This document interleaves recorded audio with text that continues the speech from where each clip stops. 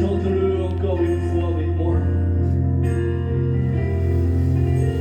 Seigneur, tu es là.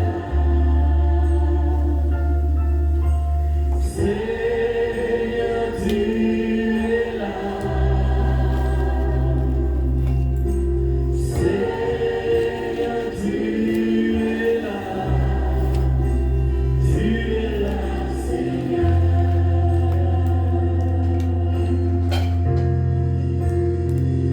J'ai besoin d'amour, quand j'ai besoin de paix,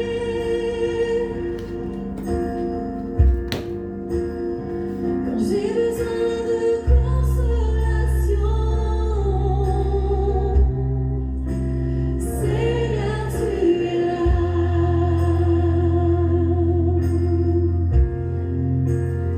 Quand j'ai besoin d'espoir,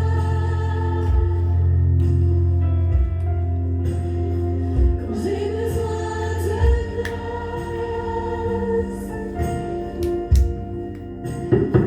quand j'ai besoin d'une autre chance, Seigneur, tu es là.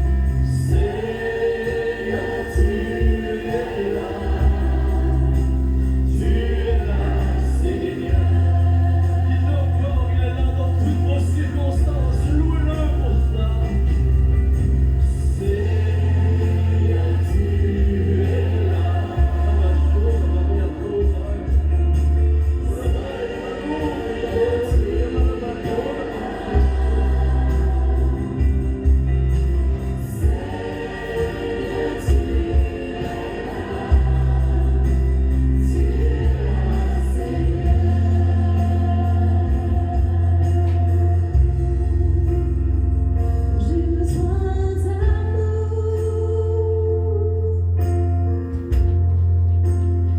quand j'ai besoin de paix, quand j'ai besoin de consolation, Seigneur, tu es là.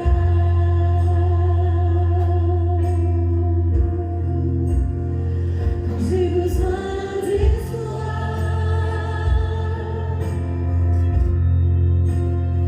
quand j'ai besoin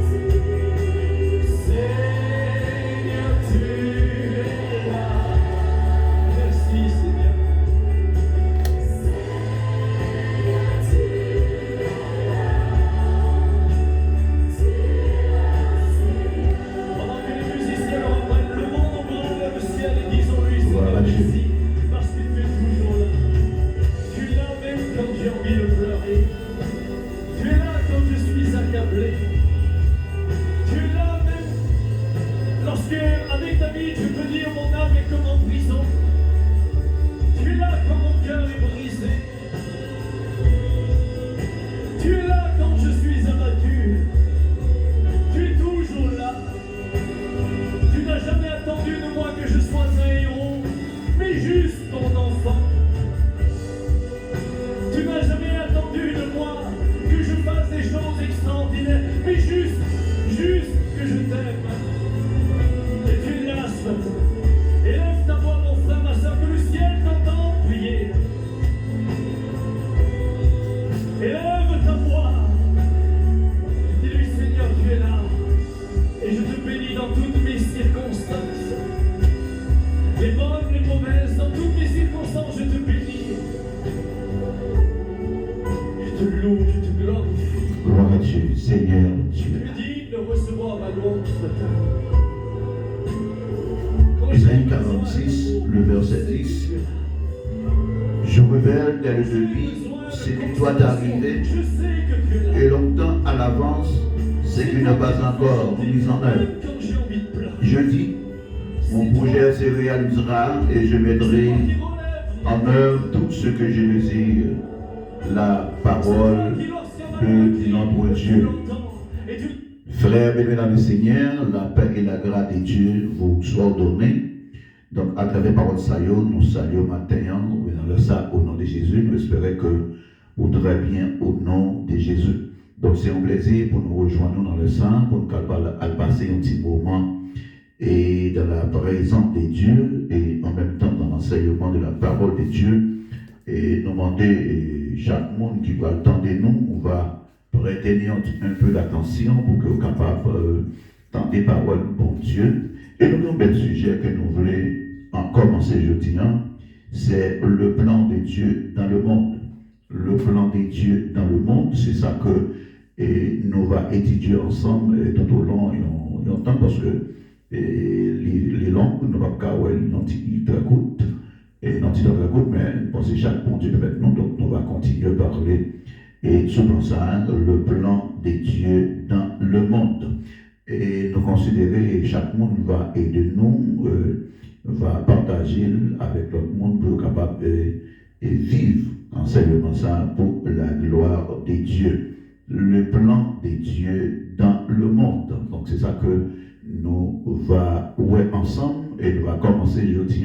Et nous pensons que tout le temps de c'est une opportunité, donc nous va continuer avec enseignement ça pour la gloire de Dieu. Donc nous les gens bienvenus avec chaque monde qui pourra accompagner nous, mais pas le temps de nous pouvoir partager et enseignement ça à la gloire de Dieu pour tout pasteur nous, pasteur Rémi, pasteur Morel, pasteur Michelet, pasteur lui, et tant que professeur nous, et demander que les rois vivent et enseignement, mais serait que vous soulignez et peut-être s'il y a quelques bagages qui ont besoin de corriger, donc on va pas de problème. Nous pas de problème.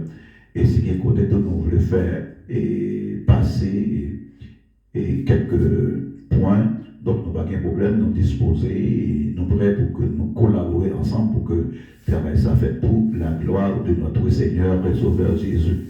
N'oubliez pas que nous sommes les compagnons. Nous sommes les compagnons, donc nous sommes là pour nous travailler ensemble dans le champ de Dieu. Donc, nous mettons Dieu merci parce que vous êtes d'accord pour accompagner nous dans l'espace ça. On prie pour Dieu pour que nous soyons capables de commencer à la gloire de Dieu.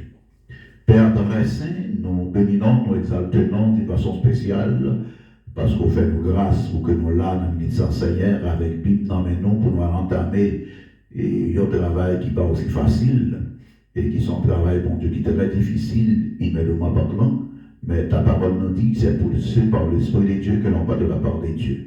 Père, nous demandons que ton Saint-Esprit soit à notre côté, que ton Saint-Esprit nous anime, nous enseigne, afin que Père, nous capables de parler les paroles du Seigneur. Et tout le monde va attendre qu'il va, et nous sommes tentés de faire pratique, Seigneur, afin que les paroles soient bénies en la vie qui est la vie éternelle. C'est que je te prie, Père, au nom de Jésus, à lui, ce soit la gloire au siècle des siècles. Amen. Mesdames et Seigneur, que le Seigneur bénisse nous. Donc, pendant que ça nous va faire aujourd'hui, nous allons entamer aujourd'hui. Donc, c'est un programme qui est vraiment vaste. Et nous voulons seulement introduire avec commencement et nous continuer. Et si toutefois, il y a un monde, il y a un pasteur qui voulait participer de tout, donc on n'a pas de problème, non, n'importe là, et nous disponibles pour s'aider, même pour que nous travaillions ensemble pour la gloire de Dieu. Donc, nous allons parler maintenant directement le plan de Dieu dans le monde. Donc, étude ça que nous allons faire, ou enseignement ça, bien aimé, il y a 5 biens importants là-dedans, raisons que nous pouvons faire. Et premièrement, c'est saisir et expliquer le but de secours. Et c'est ça même que nous allons faire maintenant. Deuxièmement, c'est comprendre l'organisation de secours. Troisièmement, c'est comprendre l'importance de secours. Quatrièmement, c'est expliquer l'événement le plus important parmi ceux qui doivent arriver et établir le rapport entre ces sujets et l'Église d'aujourd'hui. Donc c'est ça que nous allons pour nous ensemble dans tout ça et comme pour ça, ou bien enseignement que nous allons faire. Bien, Seigneur, lorsque nous parlons du plan de Dieu pour le monde, lorsque nous parlons du plan de Dieu dans le monde, les chrétiens pensent au retour de Christ. Lorsque nous parlons du plan de Dieu pour le monde, les chrétiens pensent au retour de Christ. C'est l'événement le plus important. Le retour de Christ, donc c'est l'événement le plus important. Mais il n'a pas seulement à venir. Il n'est pas seul, il n'est pas le seul à venir. Tous les chrétiens se réjouissent du fait que Christ reviendra pour juger le péché de méchants. Cependant, ce n'est pas l'unique raison de son retour. Il faut avoir les yeux grands ouverts afin de ne pas voir le retour de Christ dans un seul aspect. Donc c'est ce que nous conduire doit à notre vie. Permettez-moi d'expliquer en créole pour mieux comprendre. Là, nous parlons du plan de Dieu dans le monde. Tout chrétien, ils pensent seulement avec le retour de Christ. Jésus a retourné. Mais peut-être que nous dit que oui, c'est un événement très important, le plus important, le retour de Christ. Mais il n'est pas seulement venir Christ là. Et tout chrétien autour, il réjouit du fait que Jésus-Christ a retourné pour venir juger péché le monde. Mais ce n'est pas seulement unique raison qui fait Jésus à retourner. Et ça fait que l'important pour que nous ayons les yeux bien ouverts, pour que nous soyons capables pas seulement de voir tout Christ dans un seul aspect. Et c'est ça qui va conduire nous avec le but que nous gagnons, que nous pouvons développer dans ce sujet-là. Donc le but de ce cours et de cet enseignement est d'ouvrir nos yeux sur les événements à venir et afin de les identifier et de comprendre les relations avec les autres détails du plan de Dieu et d'établir les rapports avec l'Église d'aujourd'hui. Je ne sais pas si vous comprenez bien ça me dit, je vais reprendre en créole. Parce que je ne vais pas tout apprécier, mais je vais prendre en paix, mais là, pour un temps pour que vous mieux compreniez ça me dit. Bien enseignement que nous avons fait aujourd'hui, c'est juste pour ouvrir nous sur tout événement qui vient et pour nous identifier et pour nous comprendre la relation qui est et tout détail qui gagne dans le plan de Dieu et établir un rapport avec l'Église aujourd'hui.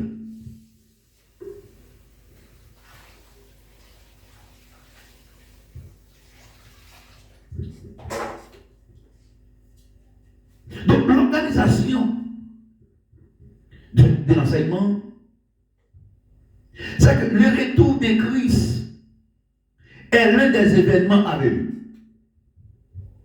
Donc si tu dis est l'un, c'est parce qu'il y a plusieurs, il y a l'autre événement. Ce n'est pas simplement le retour de Christ, mais il y a l'autre événement. Donc selon la parole de Dieu, il y a toute une série d'événements qui sont déjà arrivés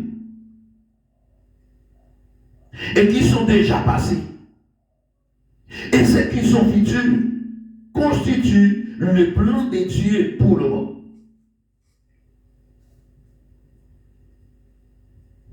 Le retour de Christ est c'est un événement qui a fini. Mais il y a toute une série d'événements qui déjà arrivés déjà, qui déjà passé déjà. Et tout ça futur, donc c'est tout ça qui constitue le plan de Dieu pour le monde. Donc si nous voulons mieux comprendre ça, arrivé déjà, et pour qui ça, il doit arriver. Donc nous devons connaître directement la façon que bon Dieu lie tout détail ça, dans un plan avec tout ça que tu as produit déjà. Si nous voulons mieux comprendre ce qui sont à venir et pourquoi doit-il arriver, donc nous devrions savoir la façon dont ils sont liés aux détails du plan de Dieu qui se sont déjà produits. Donc, dans l'introduction à la Bible, nous avons vu l'un des aspects du plan éternel. Dieu, donc le but, est de montrer à travers les événements dans le monde sa souveraineté. Dans le commencement biblique, donc nous voyons bien directement tout un aspect plan éternel, mon Dieu. Donc c'est pour le capable directement montrer à travers tout événement dans le monde souveraineté.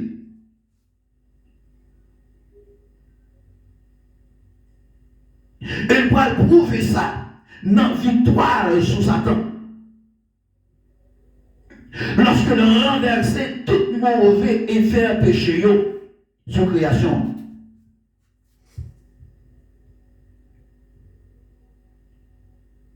Mais il y a plusieurs façons que pour suivre le déroulement pour le bon Dieu, il y en a là-dedans. C'est façon que bon Dieu a arrangé l'événement à travers les différentes époques. Mais il y a plusieurs façons de suivre le déroulement du plan de Dieu. L'une d'entre elles est la façon dont Dieu a arrangé les événements à travers les différentes époques. Et chacun suit une période où Dieu a arrangé son plan d'une façon différente. Et l'époque précédente est celle à venir. Alors, en étudiant chacune de ces dispensations, nous pourrons mieux comprendre les événements à venir. Tel est le sujet que nous abordons dans la continuité de cet enseignement. Il y a plusieurs façons pour suivre le déroulement de mon Dieu. Et il y en a dans ces façons que bon Dieu a arrangé tout événement à travers différentes époques. Et chaque époque, chaque événement, ils suivent un arrangement différent. Et l'époque, il y aurait les dispensations. L'époque que mon Dieu place pour arranger l'événement, il y aurait ça dispensation. Et qui ça qui est une dispensation? Une dispensation, c'est une période où que bon Dieu il arrange le plan de façon différente.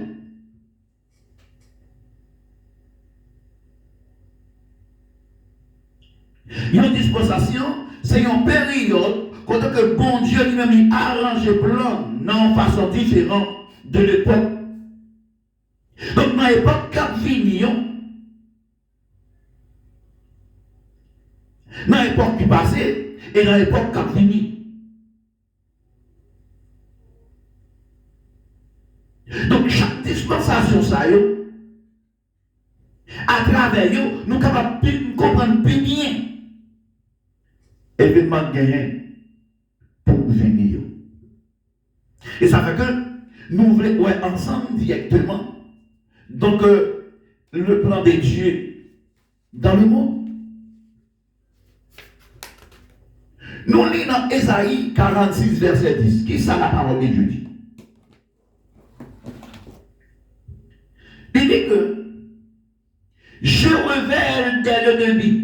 Je révèle des ennemis. Ça, c'est Dieu qui a parlé à travers Isaïe. Ce qui doit arriver est longtemps à l'avance. Ce qui n'est pas encore. Mais mise en œuvre. Je dis, mon projet se réalisera et je mettrai en œuvre tout ce que j'ai de dire.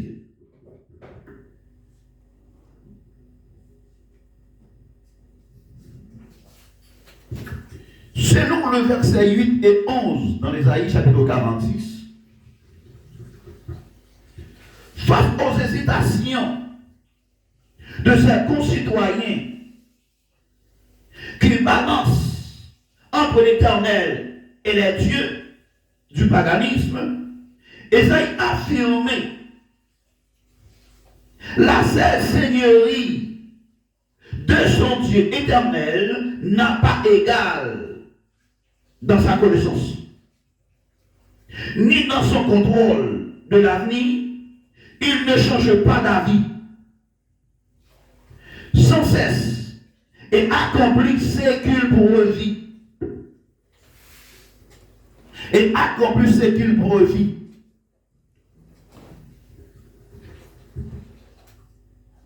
Ça fait que l'enseignement ça que nous voulons que vous compreniez ce que Ésaïe a expliqué.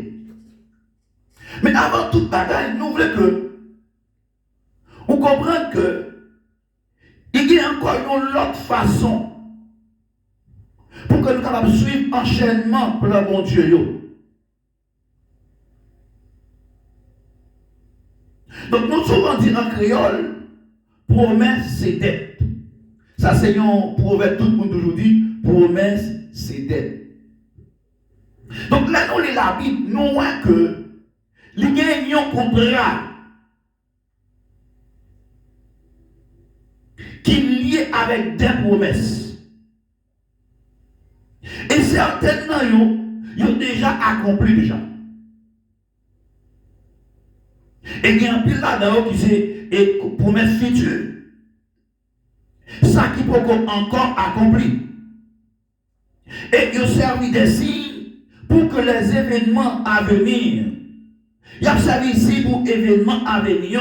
Donc on pourra parler de promesses à eux. Et il y a une autre source qui parle nous des événements à venir. C'est ça qu'on appelle la prophétie de Daniel. Dans le livre ça, qui c'est le livre Daniel là, nous joignons l'excuse des événements qui devraient arriver à partir du temps de Daniel. Donc la plupart sont déjà arrivés. Et il y en a d'autres qui ne le sont pas encore. Donc ces prophéties nous aideront à mieux comprendre ce qui est arrivé dans les temps à venir. Donc prophétie ça, ou bien Emilia aide nous pour comprendre bien, pour plus compréhension de ce qui va arriver dans le temps futur là.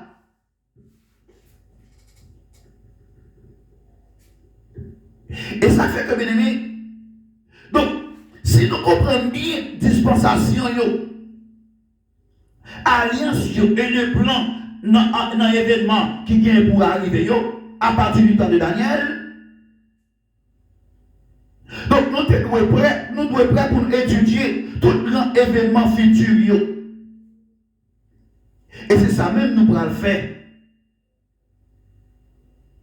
Dans tout le reste, enseignement que nous avons pour nous faire sur ce sujet ça, c'est le plan de Dieu dans le monde.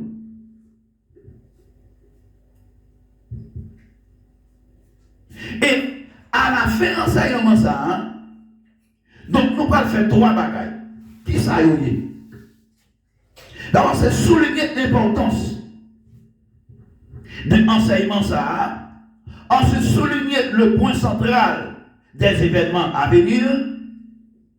Pour que nous soyons capables d'établir un rapport entre ce sujet ça avec l'église, je dis. Maintenant, quelle est l'importance de cet étude, ou bien quelle est l'importance de cet enseignement? Quelle est l'importance de cet enseignement? Le terme technique que nous utilisons pour parler des événements futurs est celle de l'eschatologie. Donc dans l'eschatologie, nous tirons trois événements, trois éléments dans ce thème.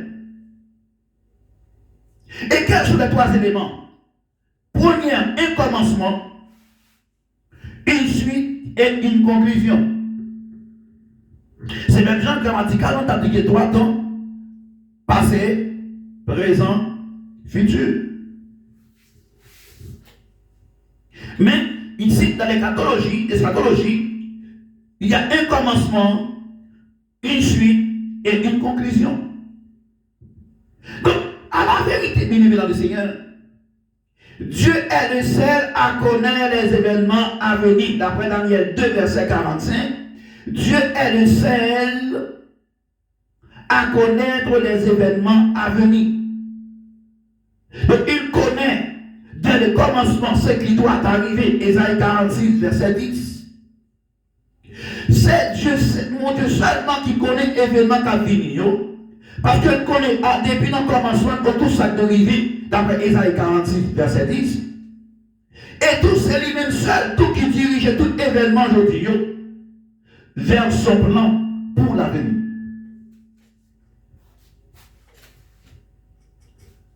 Terme technique que vous utilisez pour parler d'événements futurs, donc c'est eschatologie. Et dans l'eschatologie, il y a trois éléments dans la tête ça. Premièrement, c'est un commencement, une suite et une conclusion.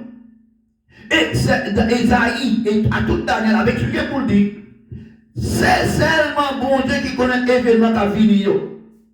Pourquoi ça? Parce que depuis le commencement, il connaît ça qui doit arriver dans le temps futur là.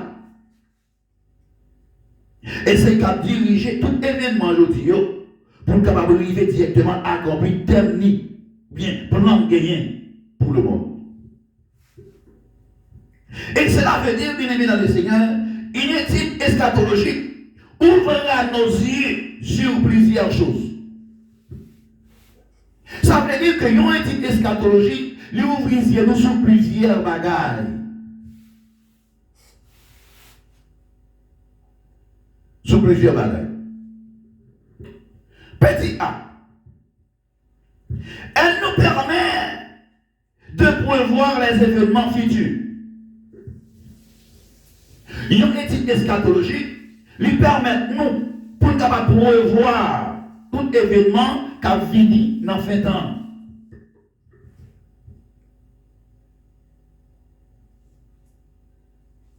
Donc tout le monde a connaît qui ça peut arriver dans le temps futur là. Pauvre comme riche, tout le monde a connaît qui ça peut arriver dans le temps futur là.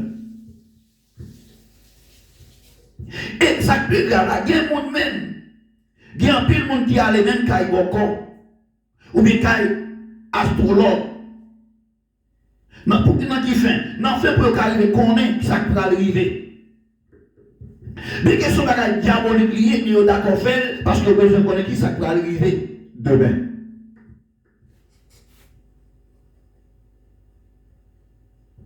Et il y a un pile journaliste dans toute langue qui a une rubrique sous sa horoscope.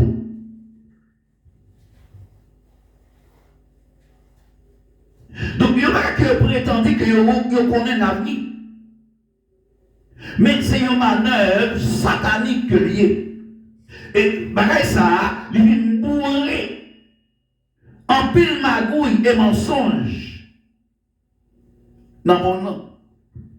Mais malgré le monde connaît son bagay qui par vérité, mais admet qu'on est là-dedans parce que vous voulez connaître ça qui va venir demain. Et pourtant, son cerveau qui a une capacité de connaître ça qui va venir. C'est Dieu. Parce que Dieu est souverain.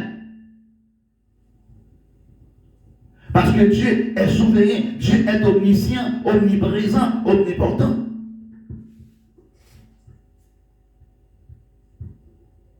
Donc, pourtant, bien aimé, Dieu nous donne un aperçu. Donc, autrefois, ce sont les anges qui apportaient le message sur les événements eschatologiques.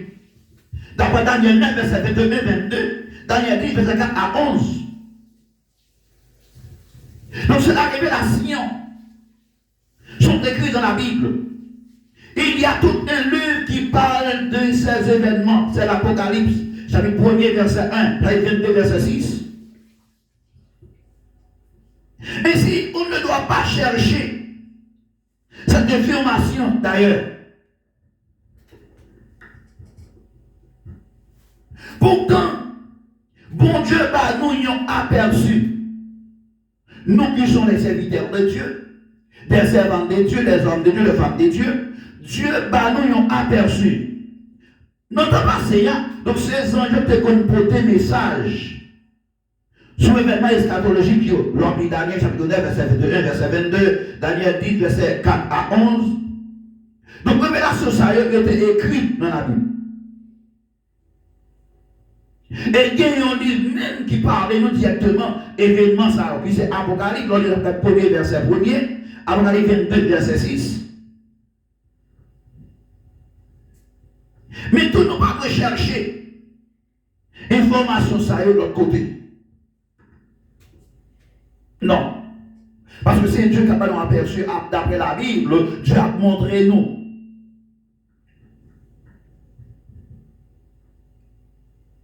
Donc, deuxième bagage que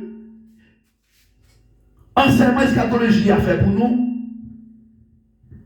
lui permet de nous ouais, ça va arriver à ce monde-là. Bien que le monde est dans la condition, le monde est dans la confusion, il n'y a pas qu'à comprendre. Il a dit, mais est-ce que vrai nous pas arriver dans le fin?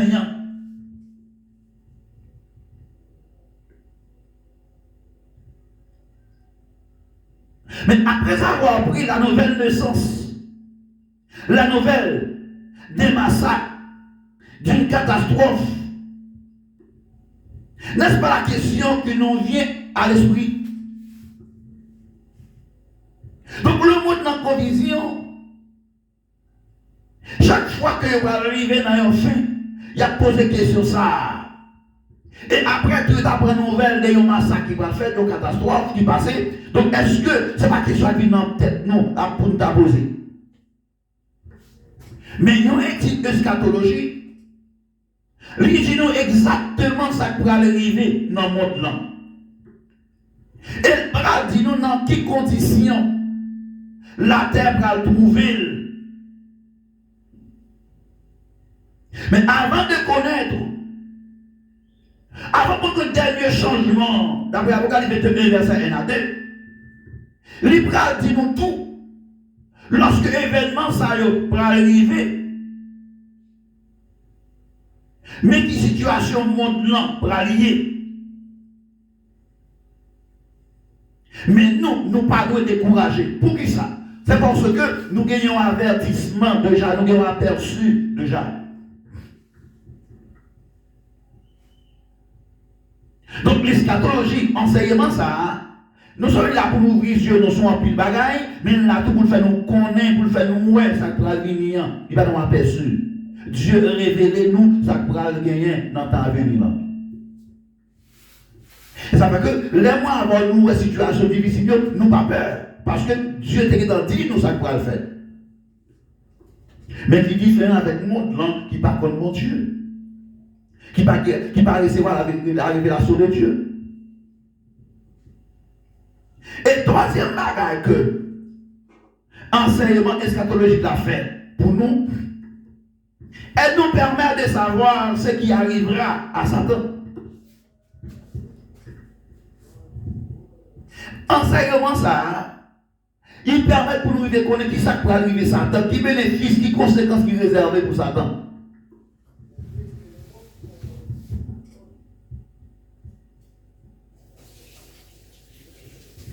Bien-aimé, presque tout le monde sait que Satan est en œuvre. Tout le monde sait que Satan est à l'œuvre. Parfois, Satan semble remporter la victoire sur Dieu. Et que va lui-t-il arriver? Tout le monde sait que Satan est à l'œuvre. Et parfois, Satan semble remporter la victoire sur Dieu. Mais qu'est-ce qui va-t-il lui arriver? Donc, c'est Apocalypse 20, verset 7 à 9. Apocalypse 20, verset 10. Donc, une étude eschatologique nous montrera la façon dont Satan perdra la bataille. Elle nous informera sur le jugement qui l'attend. Maintenant, nous n'avons aucune raison de le craindre. Puisque qu'on est déjà qui s'accuse avec Satan, nous n'avons aucune raison pour nous craindre Satan en tant que chrétien. Parce que clairement, il était eschatologiquement, il a essayé de lui montrer directement façon que Satan perdu déjà la bataille là. Même si tout ça va faire là, il fait ça le Seigneur, même pas lui ouvrir, perdu la bataille là déjà.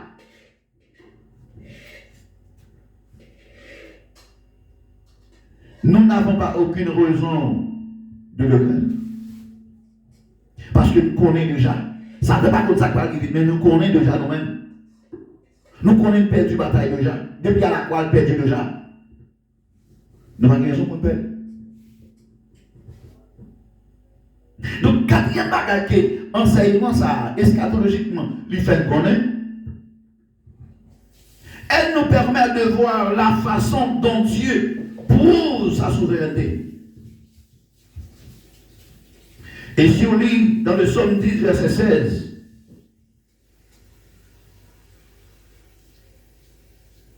Psaume 139, verset 7 à 10, Genèse 1, verset 26, Psaume 8, verset 3 à 8,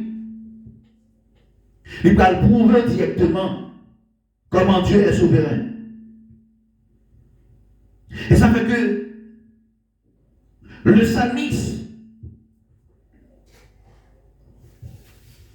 lui dit que, en considérant les événements qui se passent aujourd'hui et en les comparant avec ceux qui sont déjà arrivés, on pourrait se demander, y a-t-il une liaison entre eux? Est-ce qu'ils se produisent au hasard? Ou ont-ils une suite, un développement logique? Donc une étude eschatologique nous montrera que les événements passés et ceux qui sont à venir sont liés entre eux. Et ils se dirigent vers un but unique. Et comme nous l'avons vu dans la dernière partie de l'introduction à la Bible, le but de ces événements est de montrer que Dieu est le seul souverain sur la terre. Le but essentiel, c'est de montrer que Dieu est le seul souverain sur la terre. Il n'y a pas d'autre souverain. Dieu est le seul souverain.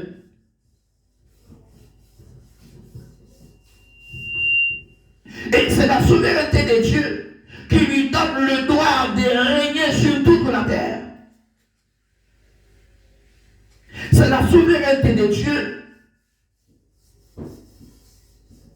qui lui donne le droit de régner sur toute la terre. Et sa souveraineté est illimitée dans le psaume 10, verset 16. Psaume 139, 7 à 10. De faire que Dieu avait le droit de confier à Adam la gestion sur la création. Genèse 1, verset 26. Psaume 8, verset 3 à 8. Donc Satan voulait renverser Dieu afin de s'accaper du pouvoir. Il a détourné Adam et Ève en les poussant à se rébeller contre Dieu. Genèse 3. Ainsi Adam a passé à Satan le droit que Dieu lui avait donné.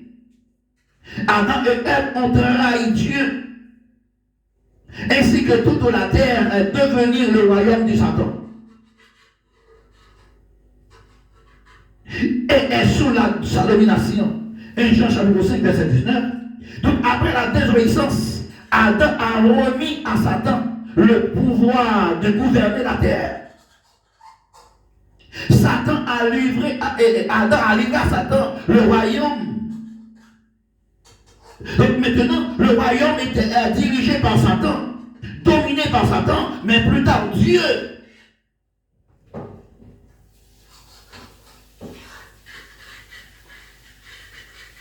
va démontrer à Satan qu'il est souverain.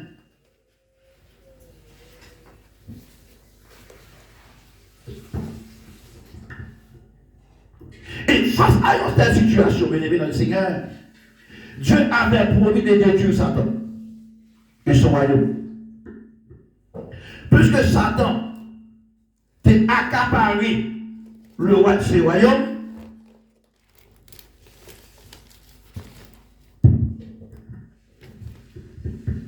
donc Dieu avait promis de détruire Satan et son royaume sur la terre. Genèse 3, verset 15. Donc cette promesse qui a entraîné une lutte entre Satan et Dieu.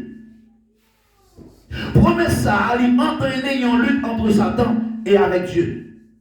Et qui continue jusqu'à aujourd'hui, lutte ça continue. Et dans la bataille ça, Dieu va prouver Satan que c'est souverain sur toute la terre. Parce que Dieu va couronner Jésus en tant que le roi à la place de Satan. Dieu va couronner Jésus en tant que roi à la place de Satan pour qu'il règne sur toute terre là. Et c'est Jésus qui sera le roi des rois et le seigneur des seigneurs. Apocalypse 11, verset 15 et Timothée 6, verset 15. Face à cette situation, ça, donc Dieu promet que va détruire Satan à tout royaume néant. Genèse 3, verset 15. Et promet ça, il entraîner une lutte entre Satan avec Dieu. Et qui continue jusqu'à aujourd'hui. Depuis après la résurrection d'Adam jusqu'à aujourd'hui, promesse là, et il y a une lutte entre Dieu et Satan. Et dans la bataille, ça, bon Dieu va prouver Satan que c'est souverain sur la terre là. Et il va couronner Jésus comme roi des rois dans la place Satan pour qu'il règne sur toute la terre. Et c'est Jésus qui est le roi des rois et le seigneur des seigneurs. D'après Apocalypse 11, verset 15, et Timothée 6, verset 15. Donc, bien aimé dans le Seigneur, il y a une étude eschatologique qui aide nous à comprendre la façon dont les événements passés et ceux qui sont à venir sont liés afin d'accomplir le plan de Dieu pour le monde. Donc, étude, ça veut enseignement, ça, il aide pour mieux comprendre la façon événements passés, ils sont liés avec sa qualité, il y a une façon pour que bon Dieu ait accompli le plan dans le monde.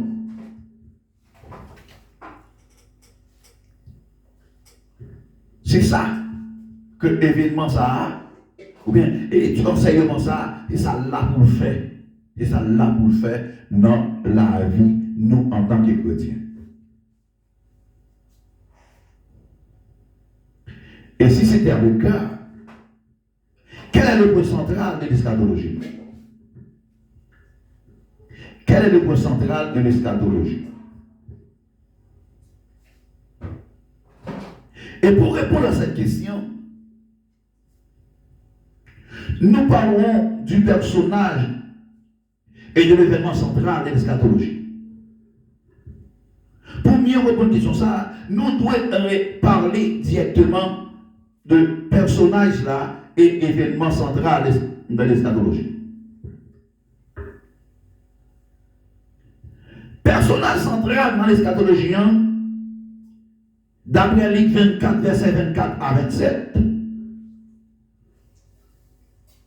Ephésiens 1er, verset 10, 1 Corinthiens 15, verset 24 à 25, Apocalypse 19, verset 10, Apocalypse 4, verset 8. Donc, l'explique clairement, Jésus est le personnage central de l'eschatologie. C'est Les prophètes ont traité différents sujets.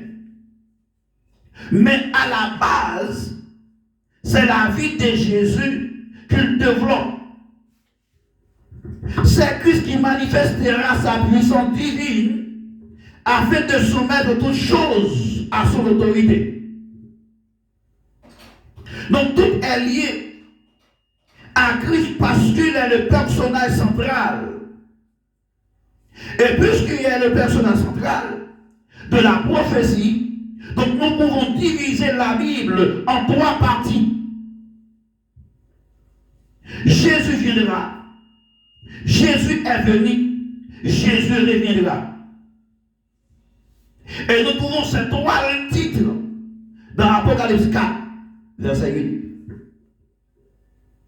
Donc Jésus, c'est personnage central eschatologien. Prophète qui était traité en différents sujets, mais à la base, c'est la vie de Jésus qui développait, et c'est Jésus qui a manifesté puissance divine pour qu'elle soumette toute bagaille en bas autorité, c'est ça qu'on l'a expliqué. Donc toute bagaille ça est lié avec Christ, parce que c'est Christ qui est le personnage central là. Et puisque c'est le personnage central là, toute prophétie, donc nous sommes capables de diviser la Bible là dans 3 parties ça. Premièrement, c'est Jésus va venir, Jésus vini et Jésus a revenu. Et nous avons 3 titres ça en Apocalypse chapitre 4 verset 8, l'on lit ou et ça fait que dans l'Ancien Testament, il y a une confusion concernant la personne de Jésus. Et c'est comme si la parole de Dieu nous présentait Jésus en 2 différentes images. La première présente Jésus comme un souffrant, et la deuxième présente Jésus comme quelqu'un qui est glorifié. Luc 24, verset 25, 1 Pierre 1er, verset 10 à 11. Et l'image ça, il paraît dans le prophète, dans l'Ancien Testament. Donc, nous sommes capables de voir Jésus, il va souffrir, mais il va glorifier, d'après Somme 2, verset 1 à 12.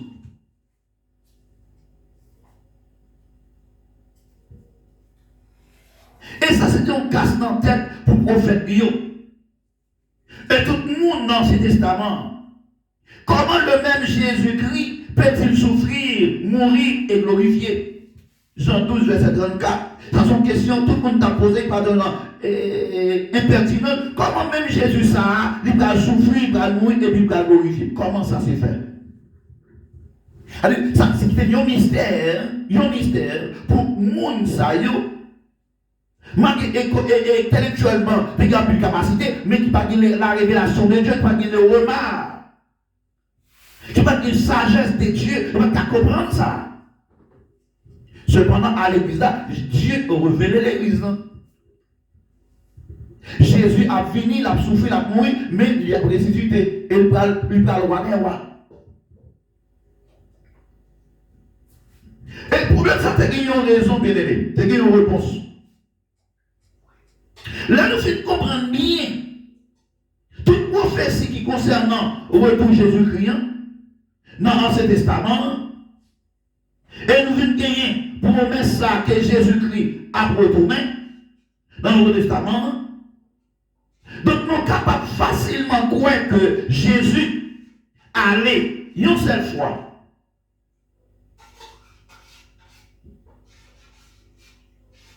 Nous sommes capables de comprendre que Jésus allait une seule fois. Et comme il dit, je vais vous préparer une place. Si ce n'était pas, je vous l'aurais dit. Mais après avoir, je reviens de là où je suis. Vous y soyez aussi. C'est la promesse de Jésus avec son Église.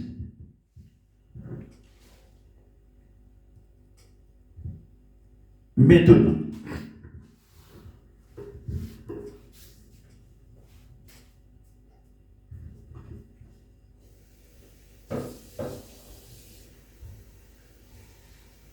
celui qui est dans la position 1 croyait qu'il y avait une seule venue. Mais la deuxième était cachée derrière la première. Donc les évangiles corrigent ce point de vue. Ils nous poussent à tenir dans la position B.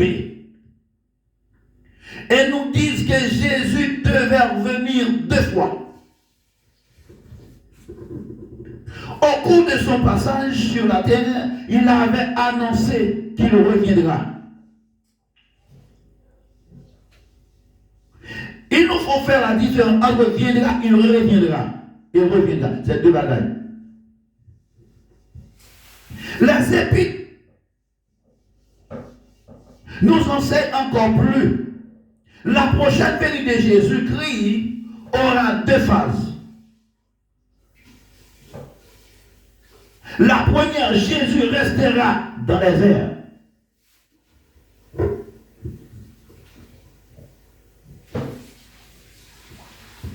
La première, ça viendra. Jésus restera dans les airs. Et tant, il enverra son Église.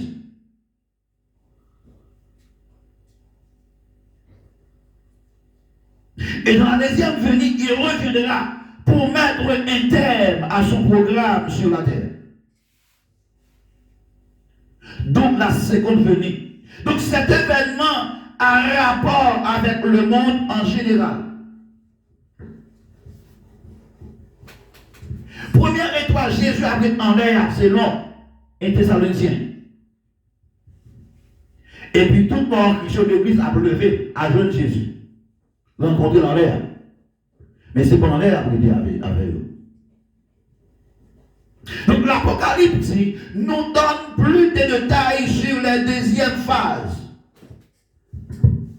Il y a plusieurs événements qui arriveront successivement la période de la tribulation. Donc la seconde venue de Jésus-Christ, les milléniums, la rébellion de Satan, le jugement du grand trône blanc et la création du nouveau ciel et de la nouvelle terre. Donc le prophète de l'Ancien Testament ne pouvait voir l'intervalle qu'il y allait avoir entre la première et la deuxième venue de Christ. Il pensait souvent que les 2 venirs ne formaient qu'une seule. C'est nous qui, grâce au Nouveau Testament, pourrons mieux comprendre ces choses.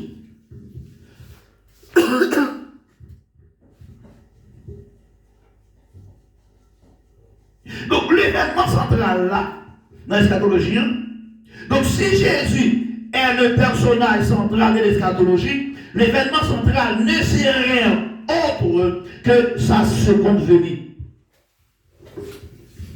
Son retour mettra un terme à l'histoire du monde et introduira une nouvelle époque, l'éternité, Apocalypse 21, verset 1er.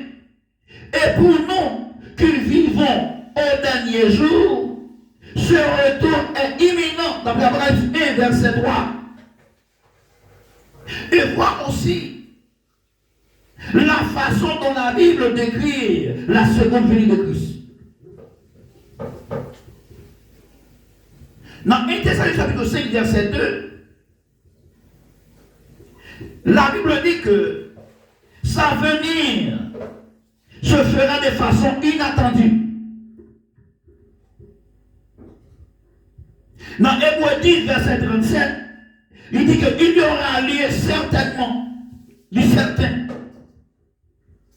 Matthieu 24, verset 50, et 5, verset 2, il se fera subitement. Et Thessaloniciens 5, verset 3, il anéantira le méchant.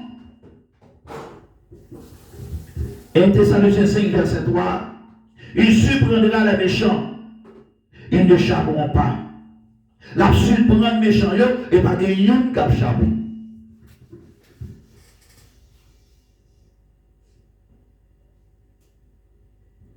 Et sous le tout détail, allez dans Apocalypse 6, verset 19. Là, on a plus de détails sur ça. Bien aimé, là où vous entendez, si tout enseignement ça,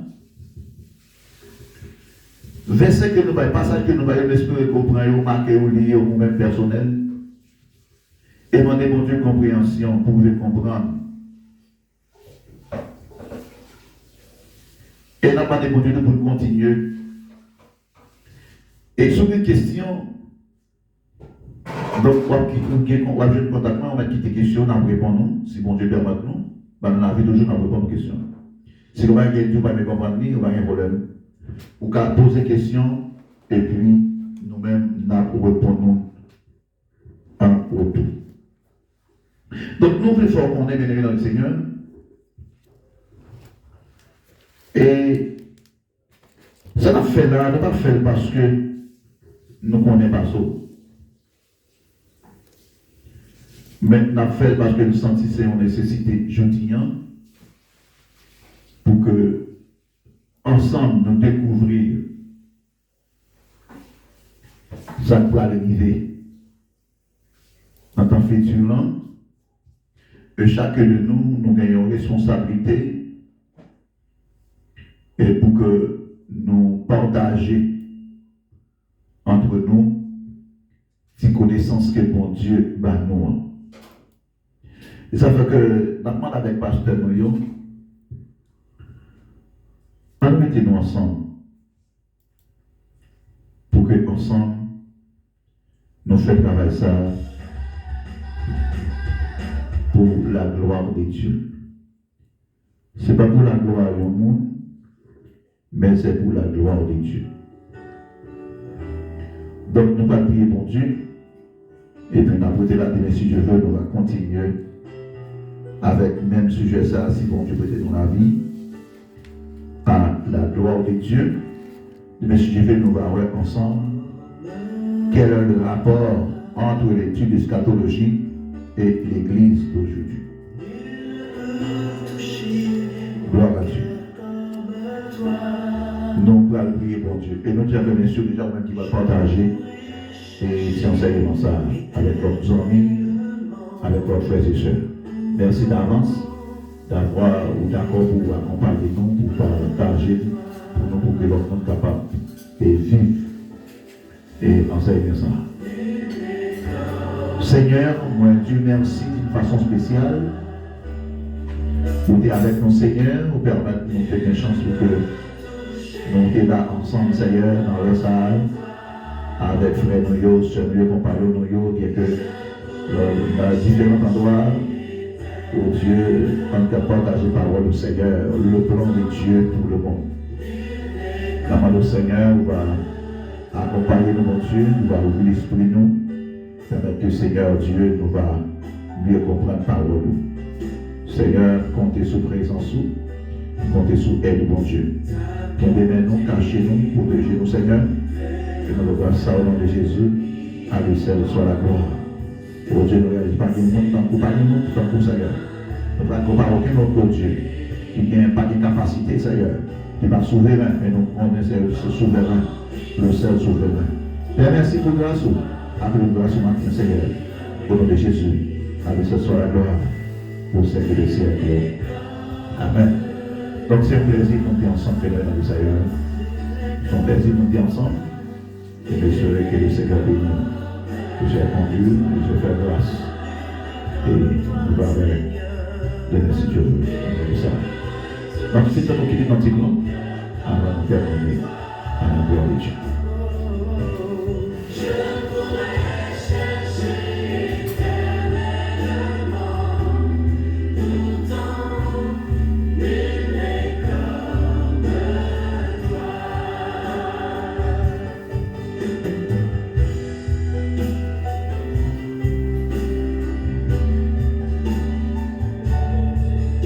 Ta bonté coule.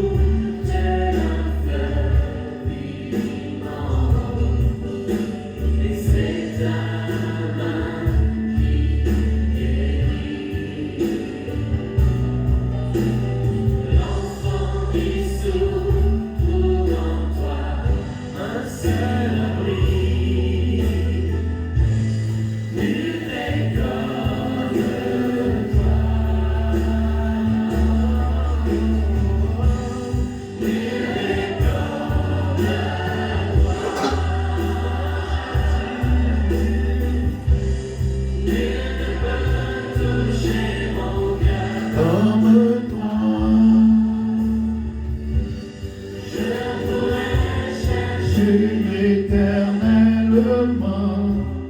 Pourtant, nul n'est comme toi.